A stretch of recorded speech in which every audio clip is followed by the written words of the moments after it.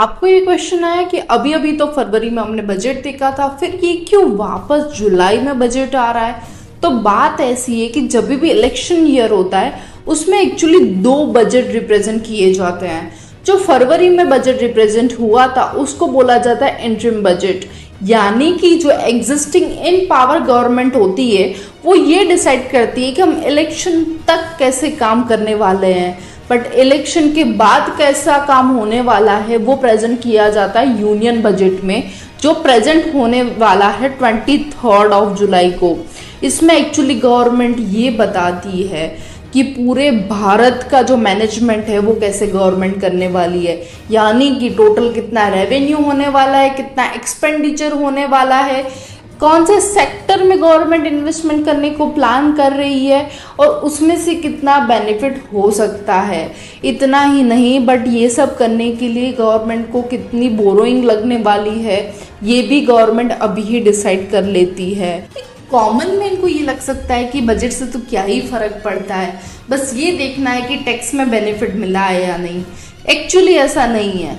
Government budget में ये भी देती है कि वो सेक्टर वाइज कितना स्पेंड करने वाली है। जैसे कि इंटरिम बजट जो 1 फरवरी को प्रेजेंट किया गया था उसमें गवर्नमेंट ने बोला था कि डिफेंस सेक्टर में वो 6 लाख करोड़ रुपए का स्पेंड करने वाली है। और उसके बाद आपने देखा होगा कि फरवरी के बाद डिफेंस सेक्टर में क्या रैली आई हुई है, ठीक है। तो इससे आप जान सकते हो कि गवर्नमेंट कौन से सेक्टर पे फोकस कर रही है, उसी पे आप अपनी लॉन्ग टर्म बेट भी बना सकते हो। इतना ही नहीं बट क्योंकि गवर्नमेंट का ये उद्देश्य है कि डेवलप्ड इंडिया बाय 2047, सो इसके जो भी पिलर्स है जैसे कि ग्लोबल मैन्युफैक्चरिंग हब बनाना है, देन जितना हो उतना पॉसिबल इन्वेस्टमेंट आना चाहिए इंडिया में, जिसके लिए PLI या फिर मेक इन इंडिया जैसी स्कीम्स बहुत सारी लॉन्च की हुई है। तो इस बार के बजट में ये देखना है, बीजेपी तो चलो मेजोरिटी नहीं बना पाई बट NDA के साथ मिलके कौन से सेक्टर में कौन सी स्कीम्स पे गवर्नमेंट फोकस कर रही है। जैसे कि गवर्नमेंट का ये भी मिशन है कि 2070 तक नेट ज़ीरो कार्बन हो जाना है, राइट। तो जिसके लिए इंटरिम बजट में ये आया हुआ था कि government wind energy related viable funding करने वाली है।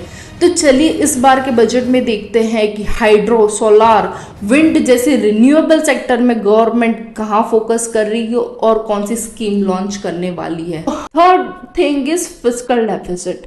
अभी आपको लगेगा ये तो क्या ही होता है, बहुत सुना फिस्कल डेफिसिट वगैरह क्या होता है, बट उसकी इम्पैक्ट कैसे आने वाली है वो जानते हैं। फिस्कल डेफिसिट सबसे पहले तो ये होता है कि गवर्नमेंट को जितना स्पेंड करना है, ठीक है, उससे उसकी इनकम कितनी कम होने वाली है जिसकी वजह से उसको बोराइंग करनी पड़ेगी।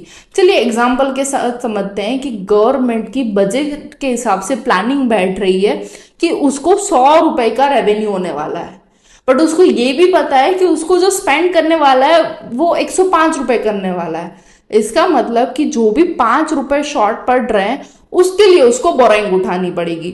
इसको बोला जाता है फिस्कल डेफिसिट। अगर हम लोग FY24 की बात करें तो 5.6% का फिस्कल डेफिसिट था, बट अगर हम लोग ये FY25 की बात करें तो ये एक्सपेक्टेड है कि ये फिस्कल डेफिसिट जो है वो 5.1% ऑफ द GDP होने वाली है।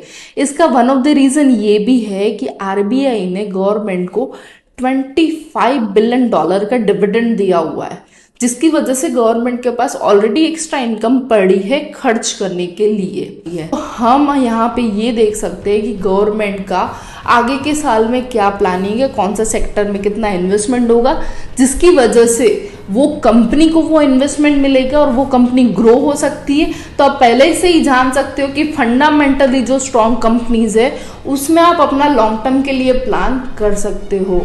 तो अभी चलिए हम कौन से पॉसिबल सेक्टर है जिसमें गवर्नमेंट फोकस कर रही है, उसमें कौन सी कंपनीज है कि जिसमें आपको इन्वेस्टमेंट करना चाहिए, उसके लिए आप हमारे साथ बने रह सकते हैं। आप हमारे इंस्टाग्राम चैनल को फॉलो कर लीजिए, इवन यूट्यूब चैनल भी सब्सक्राइब कर लीजिए, बेल बटन दबा दीजिए ताकि जब भी ये नया वीडियो लॉन्च हो आपको तुरंत ही नोटिफिकेशन मिल जाए। Thank you.